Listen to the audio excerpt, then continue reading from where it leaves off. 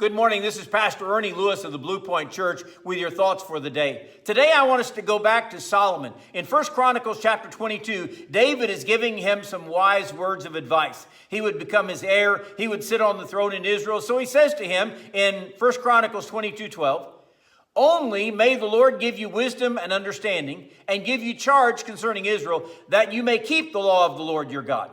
Then you will prosper if you take care to fulfill the statutes and judgments with which the Lord charged Moses concerning Israel.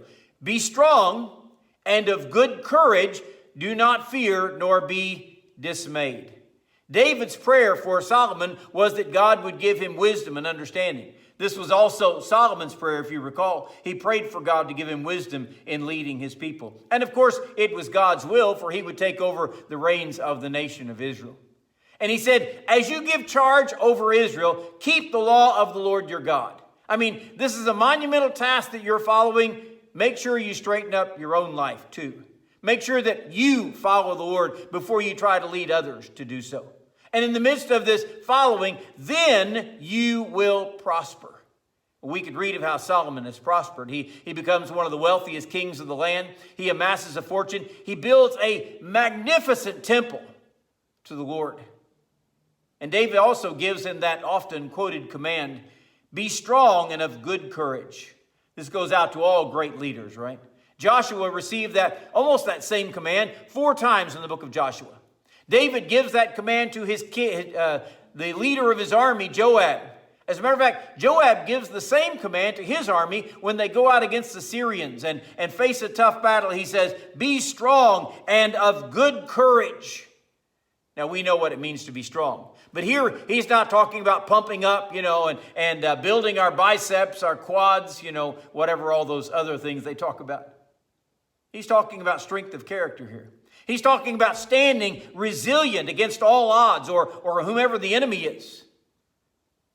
The call, even for us today as God's followers, is to be stalwart and resolute against the enemy.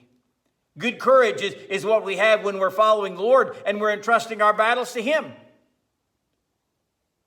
He calls for Solomon to not fear. Now, that's an easy thing to say. Unfortunately, it's not so easy to experience. Perhaps sometimes fear creeps up behind us. It reminds us of some similar situations that maybe we've seen in others and they failed. But when we are completely trusting in God, in the most difficult of times, we recognize that we need not be fearful, only faithful. We can say, my faith is bigger than my enemies.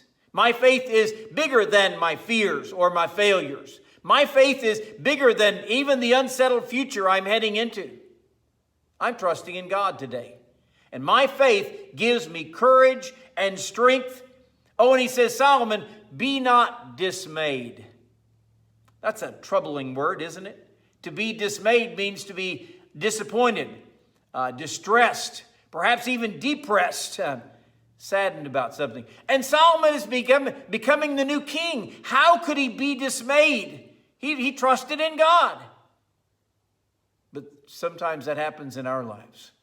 Whenever we become disappointed or distressed over things that are going on that we have absolutely no control over, we know it's in God's hands. So today, instead of being dismayed, I want you to trust in the Lord and recognize that you will prosper when you are following His commands, and you can be strong and of good courage. And certainly, when you're trusting in Him, do not be dismayed. He has everything under control.